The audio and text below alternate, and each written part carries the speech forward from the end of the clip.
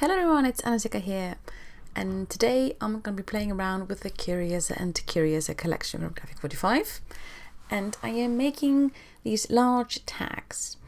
And what I'm doing differently this time is that I'm creating a pocket on the back because I love adding dimension to these tags, but the lovely dimension makes the writing part ever so difficult.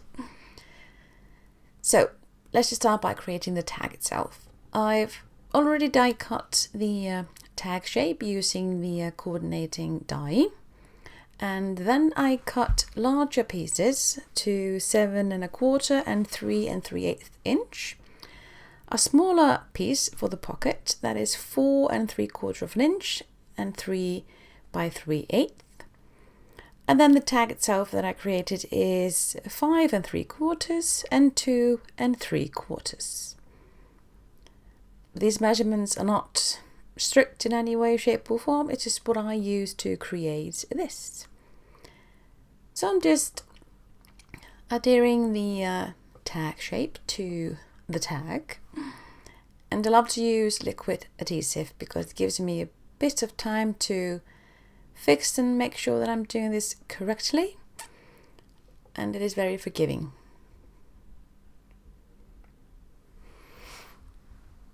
And when I finished adding these two, I am of course adding the larger piece of pattern paper using foam adhesive, because that's the whole point of these tags, is to add dimension and not to be afraid of how the writing part on the back of the tag affects it. I love that. It's like a worry-free crafting. Not that crafting is worrisome. And here I'm using a thinner foam tape. I believe this is 1mm. I'm not sure. I'm usually using a thicker one, but I decided to use a thinner one for this. So if I wanted more dimension, I could just double up this foam tape. And I'm just adding it here and there and just making sure that I don't have empty spot anywhere so that it will get all squished. And then, as you can see, I'm taking the backing off and adding it to the front of my tag. You could of course keep this section smaller or larger, whatever floats your boat, so that I get a little bit of dimension. Love that.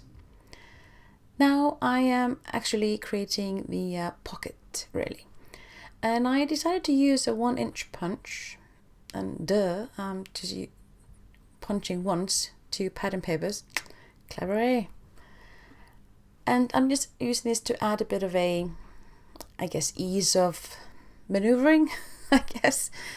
It just makes it look more like a pocket, really.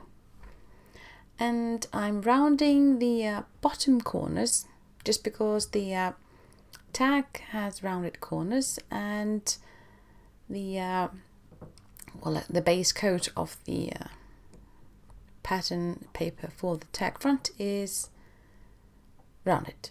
Is of course not necessary, totally up to you what you do. And then I'm just using a 1/8 inch width of a double-sided tape, and that way I have plenty of room for the tag. And this pocket is really, I guess, tight. You can't really add anything else to it, but then again it doesn't really matter, because my point is to have just a tag that I can write the sentiment on, and also it will stay put, because usually when I create tags I use this to add to little gift bags and such, so they do dangle a wee bit. So this way I am certain the tag with the message part will not get lost, or so to speak. And now it's the fun part. It is just picking out some of these gorgeous images and shapes in this collection. Oh, there are so many beautiful beautiful things. Love it. And I'm just rummaging through. I already emptied the bag itself because it's easier to look for stuff when it's in a bowl or anything like that. And I decided to use this beautiful frame as a focal point for this tag. And of course, as mentioned before, I'm using loads of foam adhesive because I don't have to worry about writing on the back. And just finding the place, and I'm not using a rule or anything like that. It is just an ish measurement of sort. And I just go with what feels right. If it doesn't work, it doesn't work. No biggie. I'll just rearrange stuff. And like I say, then I'm doubling up on the foam here because I want this to be a bit higher than the frame itself. Just to add even more dimension, because I can.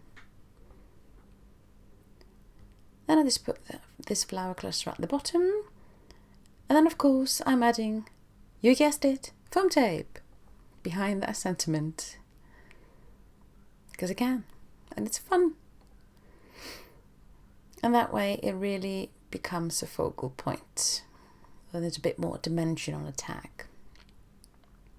Because a tag can be just as time consuming to make as a regular card.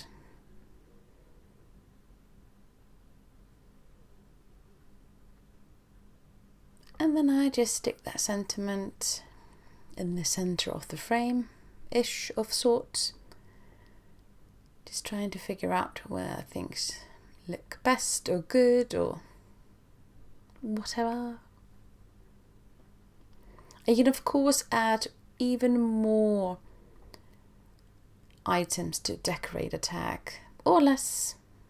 That's the fun of crafting and creating. You just do what you want to do. And I absolutely love these gemstones. Oh, these are absolutely gorgeous. Love them to bits. So I'm using this to add a bit of bling to the tag and add more interest. And like I said, the best thing is these are dimensional, of course. And again, I don't need to worry. Love that.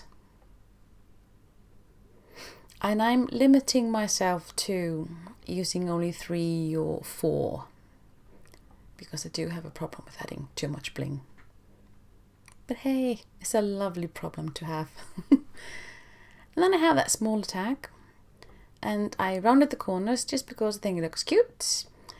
And then I cut this little piece from one of the 12 by 12 pattern papers, and I'm just using that to add a bit of interest to the tag. It doesn't have to be decorated as such, but I did want to add a bit of colour.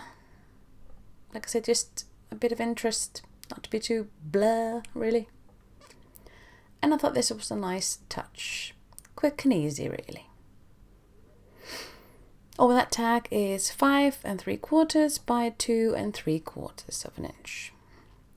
And I just slide that into the pocket. As you can see, it's very tight and it stays put. That's what I love about it. Now, I don't plan to decorate the back of the tag much, but I do want to add just a tiny little bit. So I'm using the sticker sheet to find a cute little sticker that adds a bit of colour. And because they're cute, why not use them? And then all this tag needs is a ribbon. And I just cut this to, I think this is about 13-15 inches, thereabouts. And I just cut the ends and use a lighter to make sure that it doesn't start fraying or anything as such.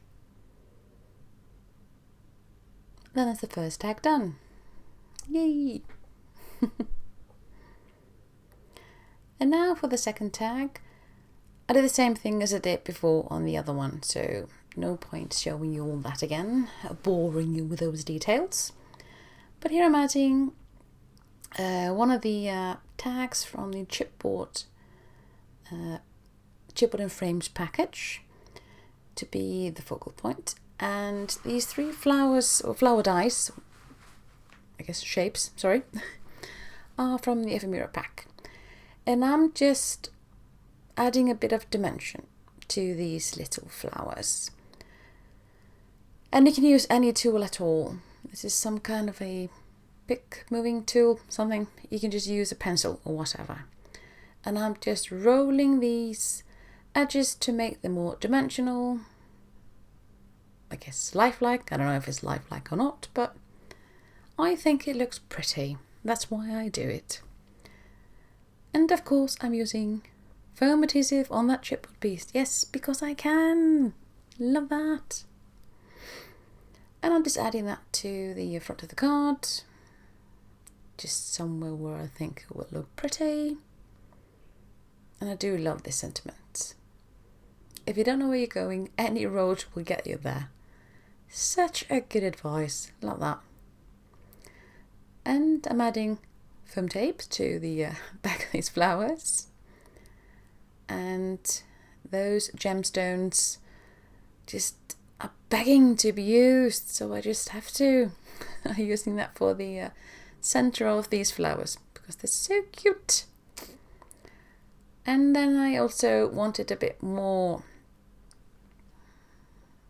action or images on the front of this tag. First I thought it would be the clock, but then I was like, nah, it's too much. And then I found the butterfly and it's perfect. And I'm using the same technique to make it a bit more dimensional. Just manipulating that paper a wee bit and adding a bit of foam tape on the wing sections of the butterfly to just help it keep its shape, and adding liquid adhesive in the middle, and that way it will be more dimensional, like, I guess. I think I'm saying this word dimensional quite often. Sorry about that. And I'm just basically pushing down the center so that the center of the butterfly is flush to the front while the wings are in a dimensional mode. And yes, I am adding a bit more sparkly bits to the back because I can.